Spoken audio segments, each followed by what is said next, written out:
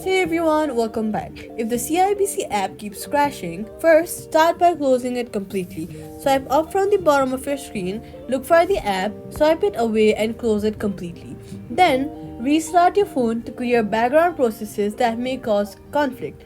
Then only open your app. Next, head over to your app store, then search for the CIBC app and then make sure to update the app. Updating the app ensures that you have all the latest files and bug fixes, so update the app and install the latest version available. If you're on Android, clear the app's cache from the settings.